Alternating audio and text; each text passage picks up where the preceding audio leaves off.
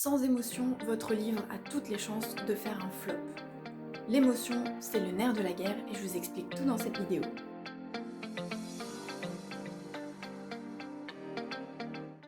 Bonjour à tous, je suis très contente de vous retrouver pour cette nouvelle vidéo et aujourd'hui, vous l'avez compris, on va parler d'émotion.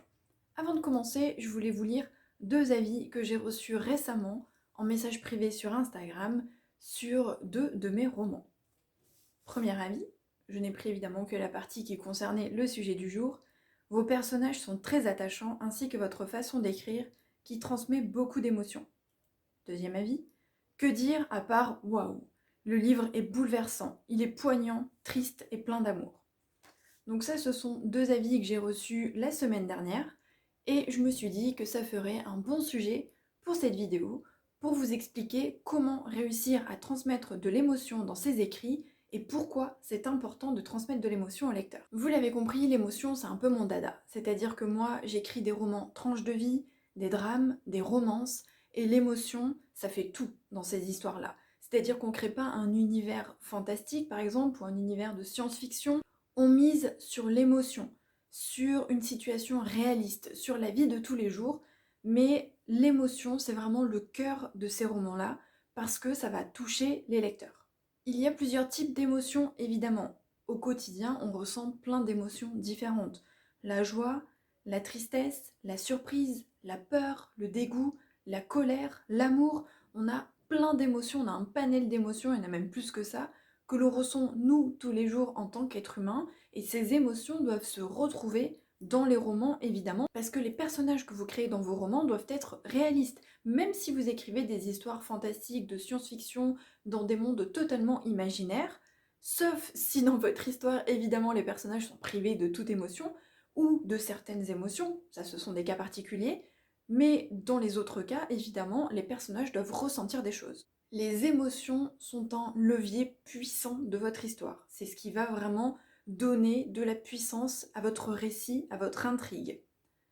Dans une histoire, il peut y avoir plein d'émotions, évidemment, hein. On ne ressent pas, par exemple, dans une romance, de l'amour pendant toute l'histoire. Ce n'est pas possible. Il y a plusieurs émotions qui vont s'entrechoquer et qui vont même s'entremêler parfois dans les mêmes scènes et dans le personnage à un même moment. C'est-à-dire qu'il peut ressentir en même temps de l'amour et puis du dégoût. C'est possible aussi. Il peut ressentir une espèce de colère et puis basculer dans la peur. C'est possible aussi. Donc, il n'y a pas une émotion par scène, il n'y a pas une émotion par livre, évidemment. Il n'y a pas une émotion par personnage non plus. Toutes les émotions vont se mêler dans votre histoire. Pourquoi les émotions, c'est si important dans un roman? C'est parce que ce qui porte votre histoire, ce sont les personnages. Je l'ai déjà dit dans une précédente vidéo, les personnages, c'est vraiment le plus important dans une histoire. Vous pouvez avoir la meilleure histoire du monde, la meilleure intrigue, un suspense de fou, une fin vraiment apocalyptique. Si vos personnages sont plats et ne provoquent rien chez le lecteur, ça va faire un flop. Parce que les lecteurs vont forcément s'identifier aux personnages. Et ils vont avoir des réactions par rapport aux personnages. Ils peuvent les aimer, les apprécier, les détester. Ils peuvent nous dégoûter, les personnages, ils peuvent nous surprendre, mais ils doivent provoquer quelque chose chez le lecteur, c'est essentiel. S'ils ne provoquent rien, ça veut dire qu'ils sont plats, ça veut dire qu'ils ont été mal préparés, ça veut dire qu'ils ne sont pas humains, ils ne sont pas réalistes. C'est pour ça qu'il faut absolument préparer ses personnages en long, en large et en travers avant d'écrire son roman. C'est vraiment extrêmement important. Et c'est d'autant plus important que pour traduire les bonnes émotions et pour bien s'y prendre, il faut bien connaître ses personnages. Parce qu'un personnage et un autre ne vont pas réagir de la même façon face à une situation. Un personnage peut être déterminé, peut être peureux, peut être courageux, peut être démonstratif, au contraire peut être réservé, peut être timide. Ils ne vont pas réagir de la même façon. Donc il faut connaître son personnage. Si vous avez un personnage super timide, super réservé, qui n'ose pas parler de ses émotions, qui reste souvent enfermé, qui a même peur des gens, vous n'allez pas d'un coup le faire éclater, devenir super démonstratif dans une scène. Ça marche pas comme ça. Donc il faut vraiment connaître vos personnages pour parvenir à traduire les bonnes émotions au bon moment. Et pour que les lecteurs s'y retrouvent. Parce qu'au bout d'un moment, les lecteurs commencent aussi à connaître un personnage. Et si d'un coup il a une réaction qui est complètement disproportionnée, qui n'a rien à voir avec son caractère, les lecteurs vont se poser des questions. et ils ne vont pas accrocher. Sauf qu'apprécier évidemment si vous avez amené exprès ces réactions parce qu'il y a une raison derrière. Hein, si c'est travaillé, c'est autre chose. Mais si c'est parce que vous connaissez mal vos personnages, alors ça va pas aller. Donc je vais partager avec vous 5 conseils pour vous permettre de provoquer de l'émotion dans vos romans. Premier conseil, c'est de vous mettre dans la peau de vos personnages au moment où vous écrivez votre histoire. C'est-à-dire qu'il faut vraiment vous mettre dans l'ambiance. Il faut mettre, pourquoi pas, une musique si vous arrivez à écrire en musique. Il faut, pourquoi pas, vous servir de votre propre expérience. Si vous avez déjà ressenti la peur, si vous avez ressenti la colère, si vous avez ressenti l'amour. Il faut vraiment vous immerger dans votre histoire, vous mettre dans la peau de votre personnage, vous mettre à sa place et vous demander ce qu'il va ressentir à ce moment-là. Est-ce qu'il va avoir les jambes qui tremblent? Est-ce qu'il va se mettre à pleurer? Est-ce qu'il va crier? Est-ce qu'il va se mettre à courir? Donc vraiment, il faut vous immerger dans votre histoire et vous mettre dans la peau du personnage.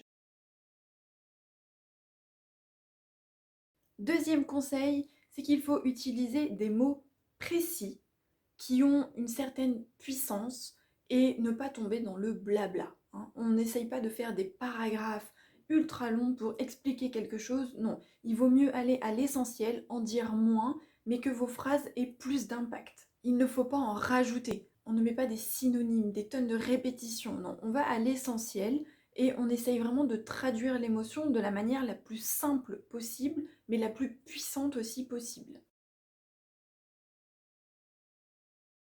Troisième conseil, c'est qu'il faut trouver un équilibre, et ce n'est vraiment pas facile.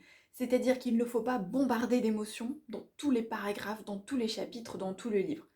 C'est trop dur pour le lecteur. Il faut qu'il y ait des moments où il y a une scène intense, une émotion particulière, que ce soit la peur, la colère, la joie, et puis ensuite que ça redescende. Il faut que le lecteur puisse souffler entre les scènes plus fortes. Vos scènes d'émotion auront beaucoup plus de force et de puissance si elles sont disséminées au bon endroit dans votre histoire et si elles ne sont pas toutes à la chaîne, parce que dans ce cas-là, s'il y en a trop, ben ça marche moins bien. Quatrième conseil, c'est qu'il faut essayer d'utiliser les 5 sens. Alors ça, c'est un conseil qu'on vous donne souvent, notamment dans les descriptions. Sachez que ça marche pour plein de choses, et notamment pour les émotions. Ça veut dire que vous n'êtes pas obligé d'utiliser les 5 sens tout le temps, évidemment. On ne peut pas toujours placer les 5 sens dans chaque scène, de toute manière, ça serait peut-être un petit peu trop lourd. Mais il faut vous demander dans une situation, votre personnage est dans cette situation. Par exemple, il est dans une situation un peu stressante, angoissante. Il faut vous dire, qu'est-ce qu'il peut voir? Par exemple, il peut voir l'ennemi qui approche. Qu'est-ce qu'il peut entendre? Il peut entendre des frottements contre le mur ou des pas qui se rapprochent. Qu'est-ce qu'il peut avoir comme goût? Il peut avoir un goût amer, par exemple, dans la bouche. Qu'est-ce qu'il va toucher? Il peut, par exemple, mettre sa main sur un mur et toucher une substance étrange qui va l'angoisser.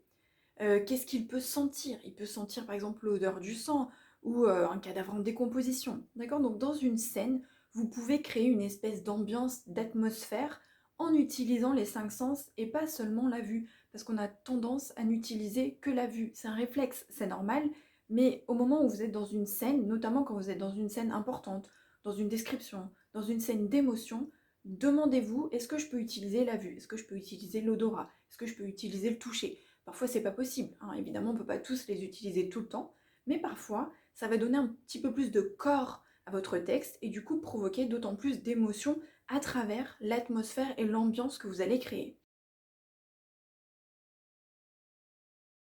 Cinquième et dernier conseil, mais c'est le plus important, c'est pour ça que je termine par celui-ci. C'est un conseil que vous avez sûrement dû déjà entendre, c'est qu'il faut montrer et ne pas dire. Alors attention, évidemment on peut dire aussi, mais le but c'est d'essayer de montrer. C'est-à-dire que dans une situation on va pas dire il est triste, il a peur. On peut le mettre, mais c'est pas suffisant. Pour avoir plus d'impact, il faut le montrer. Et il faut le montrer à travers le physique, c'est-à-dire comment va réagir le personnage dans son physique, est-ce qu'il va se mettre à pleurer, est-ce qu'il va se mettre à trembler, et comment il va réagir aussi dans son esprit, c'est-à-dire qu'est-ce qu'il va penser à ce moment-là, qu'est-ce qu'il va ressentir, comment il va réagir aussi dans ses actions, qu'est-ce qu'il va faire à ce moment-là, est-ce qu'il va se mettre à courir, est-ce qu'il va se mettre à sauter, est-ce qu'il va se jeter au sol.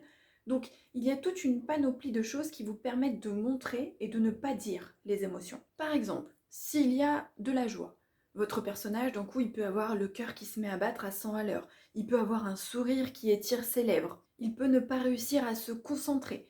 Vous voyez, tout ça, ce sont des réactions physiques, mais ou dans ses pensées, mais qui peuvent vous permettre de décrire l'émotion, sans dire « Ah bah tiens, là, il est content ». Si vous avez par exemple la tristesse, il peut se mettre à sangloter, à pleurer, à avoir les lèvres qui tremblent, à avoir les mains qui tremblent, pourquoi pas. Il peut se sentir vidé, ne plus avoir de force, ne plus avoir d'énergie, ne plus avoir envie de se lever ou de sortir de chez lui. Si vous avez la surprise, il peut pousser un cri, il peut s'enfuir, il peut avoir le cœur qui palpite, il peut être très excité ou au contraire complètement paralysé. Si vous avez de l'amour, l'amour c'est les papillons dans le ventre, le cœur qui s'accélère, les mains qui tremblent, vous pouvez avoir les mains qui commencent à transpirer, au contraire ressentir un immense bonheur qui vous envahit. Si vous ressentez de la colère, au contraire, on peut avoir par exemple dans les prestations physiques, c'est les poings serrés, les dents serrées, on peut devenir rouge, commencer à avoir chaud, ressentir son cœur qui bat très très fort, avoir envie de crier ou de taper dans quelque chose. Donc toutes ces choses-là, ce sont des réactions, que ce soit dans les pensées du personnage, des réactions physiques ou des actions qui vous permettent de montrer les émotions de votre personnage, de donner corps aux émotions sans les dire forcément ou sans se contenter de les dire uniquement. Et dernière chose, vous pouvez aussi jouer sur votre style dans l'écriture. On peut utiliser la ponctuation, par exemple les points de suspension, les points d'exclamation. On peut utiliser les répétitions, l'accumulation, les métaphores. Vous pouvez utiliser plein de manières d'écrire, de figures de style, de petites astuces même, pour donner un peu plus de force à vos écrits et à ce que vous êtes en train de dire. Si par exemple vous avez un personnage qui s'est mis à crier, vous pouvez mettre un point d'exclamation, on va sentir que d'un coup il a hurlé. Si vous voulez montrer une espèce de stress qui augmente petit à petit, vous pouvez faire une accumulation de choses et d'éléments à la suite avec des virgules par exemple dans votre phrase pour montrer que ça monte crescendo. Donc il y a plein de manières de montrer les émotions plutôt que de les dire. Donc je répète les 5 petits conseils que je viens de vous donner. Premier conseil, c'est de vous mettre dans la peau de vos personnages pour bien comprendre ce qu'ils vont ressentir dans une situation. Deuxième conseil, c'est d'être précis et de ne pas remplir ces paragraphes de blabla pour montrer les émotions. Troisième conseil, c'est de trouver un équilibre, pas trop d'émotions d'un coup. Quatrième conseil, c'est d'essayer d'utiliser au mieux les 5 sens. Et le cinquième et dernier conseil, c'est de montrer les émotions et ne pas se contenter de les dire uniquement. Voilà, j'espère que cette vidéo vous aura servi. L'émotion, je le rappelle, c'est vraiment extrêmement important dans un roman. Donc vraiment, ne faites pas l'impasse sur cela.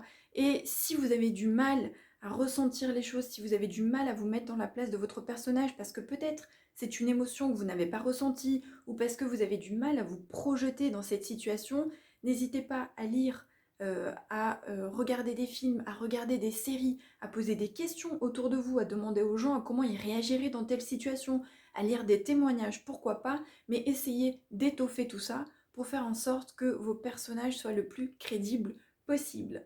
Voilà pour cette vidéo, n'hésitez pas comme d'habitude à vous abonner, à actionner la petite cloche, à mettre un like si vous l'avez aimé, et puis on se retrouve bientôt pour une prochaine vidéo. Bye!